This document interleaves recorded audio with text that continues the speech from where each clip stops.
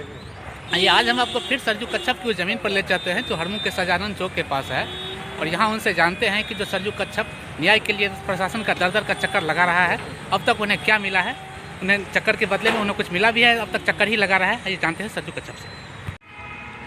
पाठक जी, आप सरजू कच्छप को न्याय देने के लिए कहाँ से कहाँ आप ऑफिस आप चक्कर लगाते रहे हैं, लेकिन अब तक ये आप तो सरजू कच्छप को न्याय दिलाने में आपको कहाँ तक कामयाबी मिली है? आपने तो संकल्प ले लिया है कि आप इसको न्याय दिला के रहेंगे, लेकिन उस संकल्प में आपको कहाँ तक कामयाबी मिली है और क्या दिक्कतें कहाँ हो रही है?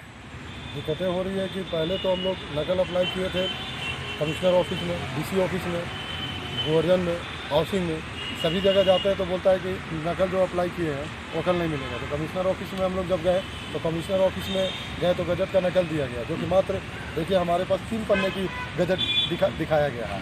देखिए ये 3 पन्ना है सर्टिफाइड कॉपी जो कि दिया गया है कमिश्नर ऑफिस से। इसके अलावा जो खाता नंबर प्लॉट नंबर हरमू मौजा का है, हम लोग का जो सरजू कच्छप जी का जो खाता नंबर है वो है ही नहीं। जब मैंने डीसी ऑफिस रिकॉर्ड रूम में गया तो मैं पूछा था कि भाई गजट का आप लोग दीजिए, तो साफ इनकार करते कि मेरे पास गजट नहीं है। और दूसरा चीज़, जब महामहिम राज्यपाल महोदय से मिलने के लिए सरजू जी और सरजू जी की वाइफ जो अधिकारियों द्वारा बिहार गजट छेड़छाड़ करने जाली दस्तावेज दिखाने के बाद आपके संज्ञान में देने हेतु मिलने का अनुरोध जो किया था, अभी तक महामहिम राज्यपाल महोदय की तरफ से भी कोई प्रतिक्रिया नहीं आई है। प्रतिक्रिया नहीं आई है। अब दूसरा ये 8/2 को राज्यपाल महोदय के यहाँ रिसीव हुआ है ये पत्र, जिसकी कोई प्रतिक्रिया राज्यपाल महोदय के कार्यालय से अभी तक नहीं मिली है। तीसरा चीज़ है कि जब हमने नकल के द्वारा जो आरटीआई के तहत जो मांगा गया था गवर्जन से, तो जो दिखाया गया आरटीआई के तहत, जिसमें मंगरा उराव काना उराव जो दिखा रहा, जो कि खाता 7 से दिखा रहा, मंगरा उराव काना उराव दिखा रहा है, जो कि मंगरा उराव का बाप का नाम बुक्का उराव है, इसका खाता नंबर 60 है और इनका खाता नंबर काना उराव और सुंदरा उराव के नाम से खाता नंबर 7 है। तो कैसे इसमें दिखाया जा रहा है, ये कैसे प्रमाणित कर रहा है ये?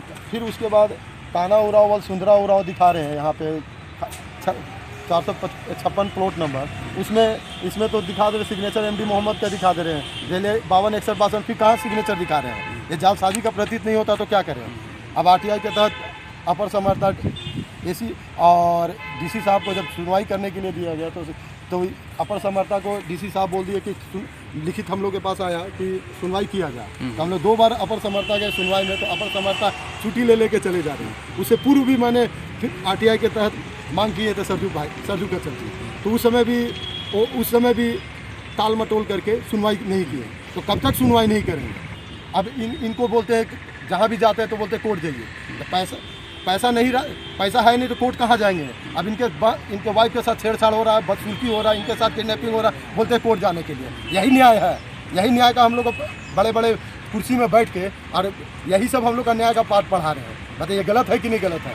क्या इन लोगों को थोड़ा सा भी दया नहीं आ रहा है कि एक गरीब आदिवासी की मदद किया जाए? और हमें गुजारिश है, हम लोग सबकी गुजारिश है कि इसमें हेमंत सरकार कम से कम हम लोग को कम से कम कुछ तो नहीं तो कम से कम इस आदिवासी जो ज़मीन को आदिवासी को जांच में तो कम से कम दे दे। यहाँ तो दूध का दूध और पानी का पानी हो जाएगा।